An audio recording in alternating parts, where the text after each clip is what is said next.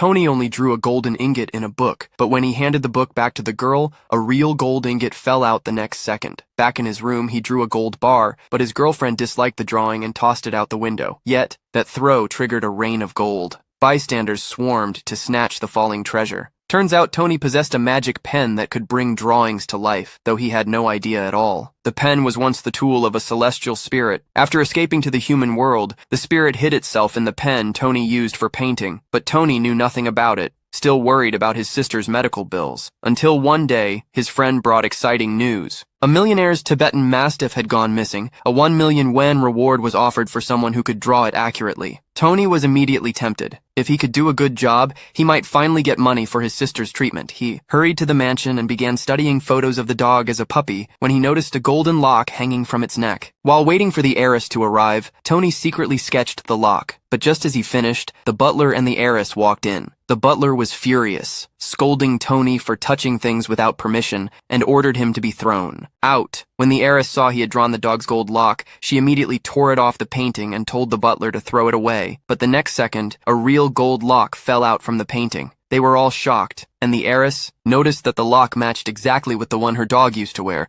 Even the crack on the side was the same. The butler also realized the lock in the painting had vanished. The heiress became curious and ordered that this painter be found at all costs. Meanwhile, top artists from across the region were gathering at the villa, all competing for the chance to draw the Tibetan Mastiff and win the 1 million yuan reward. The butler seized the opportunity to search for the man who had drawn the lock. But since he hadn't seen Tony clearly before, he had no idea what he looked like. A rich playboy nearby misunderstood the heiress's intentions and thought she wanted to punish the artist. He quickly pushed Tony forward as a scapegoat. Unexpectedly, the butler said. The heiress was actually impressed by the golden lock drawing and asked Tony if he was the one who drew it. Seeing Tony stay silent, the playboy kicked him, then claimed he was the one who drew it, but hadn't admitted it earlier. Out of fear, the butler told him to prove it by drawing it again. The playboy had no choice but to sit down and start sketching. The heiress soon arrived in a hurry. When the playboy showed her his finished drawing, she instantly recognized that it wasn't by the same person. However, she didn't expose him on the spot. Instead, she quietly told the butler that if the original artist didn't want to come forward, let him be. After all, he had just turned a drawing into reality. Why not have him draw the lost Tibetan Mastiff as well? To find the man with the magic pen quickly, the butler launched the dog portrait challenge. But during the pen selection phase, the playboy played dirty again, pushing Tony to the end of the line. Then he broke the last remaining pen on purpose. This move forced Tony to use his own magical pen. The competition began.